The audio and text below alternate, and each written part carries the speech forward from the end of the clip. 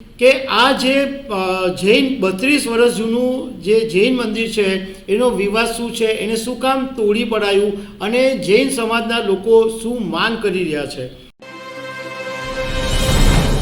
નમસ્કાર. મુંબઈના વિલેપાર્લા ઈસ્ટમાં આવેલું એક 32 વર્ષ જૂના જૈન મંદિરને પાલિકાએ ડિમોલિશ કરી નાખ્યું, મંદિરને તોડી પાડ્યું. એને કારણે દેશભરના જૈન સમાજના લોકોની અંદર નારાજગી વ્યાપી ગઈ છે. જૈન સમાજના લોકો, મહિલાઓ, પુરુષો બધા જ અત્યારે વિરોધ કરવા માટે રસ્તા પર ઉતરી આવ્યા છે. તો હું તમારી સાથે એ વાત કરીશ કે આ જે જૈન 32 વર્ષ જૂનું જે જૈન મંદિર છે એનો વિવાદ શું છે, એને શું કામ તોડી પડાયું અને જૈન સમાજના લોકો શું માંગ કરી રહ્યા છે, આના વિશે વાત કરીશ. મારું નામ રાજેશ શાહ છે અને તમે જોઈ રહ્યા છો ગુજરાતના સૌથી મોટા ડિજિટલ ન્યૂઝ પ્લેટફોર્મ ખબરછે.com. મુંબઈના વિલેપાર્લા ઈસ્ટના કામલીવાડી વિસ્તારની અંદર નેમિનાથ સરકારી ભવનની બાજુમાં 32 વર્ષ જૂનું પાર્શ્વનાથ દિગંબર જૈન મંદિર આવેલું હતું અને આ મંદિર ઉપર પાલિકાએ બુલડોઝર ફેરવી દીધું.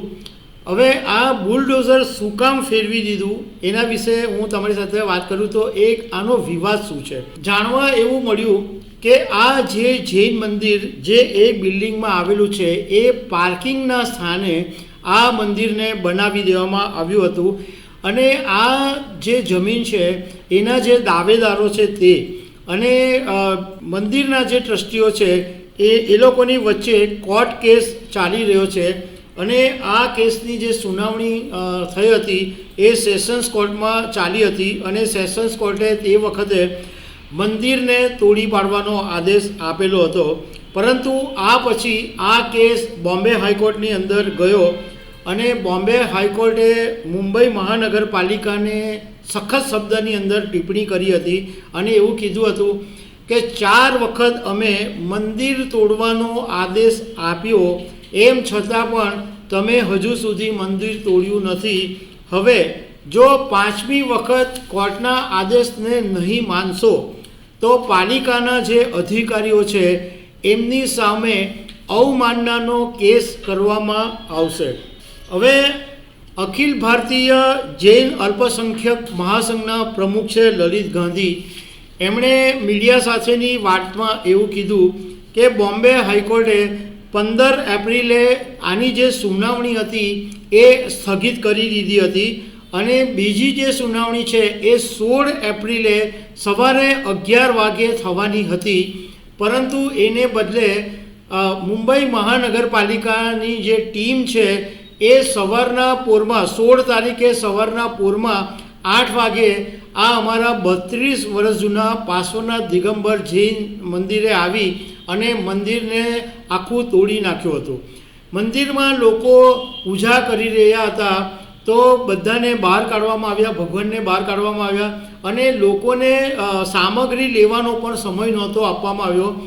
પણ મહત્ત્વની વાત એ છે કે લલિત ગાંધીએ કીધું કે પાલિકાએ કોર્ટને એવું કીધું કે અમે કાર્યવાહી કરી રહ્યા છે, પરંતુ કોર્ટે ફટકાર લગાવીને તાત્કાલિક સ્થગિત કરી દેવાનું કીધું, કારણ કે 11 વાગે સુનાવણી પહેલાં આ પાલિકાએ તોડફોડ કરી નાખી હતી. એટલે કોર્ટ ગુસ્સા ભરાયું અને કોર્ટે કાર્યવાહીને રોકવા માટે કીધું અને એની જે સુનાવણી છે એ 30 એપ્રિલે કરવાની વાત કરી. હવે આની અંદર મંદિર તો તૂટી ગયું, પરંતુ આના જે અધિકારી છે એને તાત્કાલિક સસ્પેન્ડ કરી દેવામાં, એમને બરખાસ્ત કરી દેવામાં આવ્યા છે. અને લલિત ગાંધીએ એવું કીધું કે આ બુલડોઝર કાર્યવાહીને કારણે અમારા ભગવાન બહાર છે, એટલે અમે ટેમ્પરરી સ્ટ્રક્ચર બનાવવાની માંગ કરી છે અને બીજી સાથે એ પણ માંગ કરી છે કે જ્યાં જગ્યાએ ડિમોલિશન કરવામાં આવ્યું છે એ જ જગ્યાએ પાલિકા અમને મંદિર બનાવીને આપે. જૈન સમાજના લોકોએ મહારાષ્ટ્રના મુખ્યમંત્રી CM ફડણવીસને લેટર પણ લખ્યો છે કે આ જ જગ્યાએ અમને મંદિર બાંધી આપવામાં આવે. બીજી તરફ આ જૈન મંદિર તૂટવાને કારણે રાજકારણમાં બહુ મોટો ગરમાટો આવી ગયો છે. કોંગ્રેસ, સમાજવાદી પાર્ટી બધા જ ભાજપનો વિરોધ કરી રહ્યા છે અને એવું કહી રહ્યા છે કે હવે આ જે જૈન સમાજ અલ્પસંખ્યક છે એમને પણ પરેશાન કરવામાં આવી રહ્યા છે. કોંગ્રેસના મુંબઈના સાંસદ વર્ષા ગાયકવાડે એવું કીધું કે મારી બીએમસીના અધિકારીઓની સાથે વાત થઈ છે અને એમણે એવું કીધું છે કે પાલિકા તૈયાર થઈ ગઈ છે કે જે જગ્યાએ જૈન સમાજના લોકોનું મંદિર તોડી પાડવામાં આવ્યું છે ત્યાં જ ફરીથી મંદિર બાંધી આપવામાં આવશે.